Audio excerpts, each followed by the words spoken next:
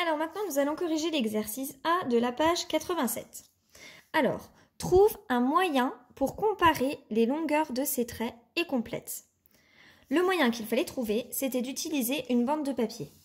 Donc la bande de papier, il fallait la mettre tout contre le début du trait noir et ensuite au crayon de papier, faire un petit trait pour marquer la fin de ce trait noir.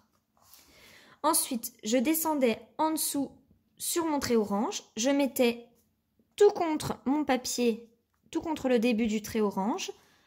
Et là, je regarde où s'arrête mon petit trait que j'ai tracé pour le trait noir. Il s'arrête ici et le trait orange, il continue encore.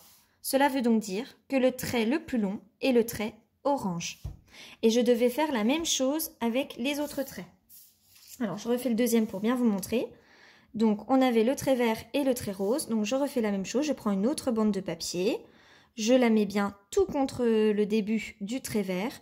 Je fais un petit trait pour marquer la fin de mon trait vert. Je descends sur le trait rose. Et là, je remarque que le trait rose, il s'arrête avant mon petit trait que j'ai marqué au crayon de papier. Ça veut donc dire que le trait le plus long est le trait vert. Je prends une troisième bande de papier pour comparer le trait rouge et le trait bleu. Je fais toujours la même chose. Tout contre le début de mon trait. Je fais un petit trait pour marquer la fin du trait rouge. Je descends sur mon trait bleu. Et là, je remarque que mon trait est beaucoup plus loin que la fin du trait bleu.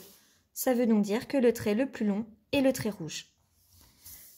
Je prends une dernière bande pour comparer le trait orange et le trait rouge. Je fais toujours la même chose. Je fais bien attention à ce que ma bande de papier soit bien au début du trait orange. Je mets un trait pour marquer la fin du trait orange et je regarde avec le trait rouge.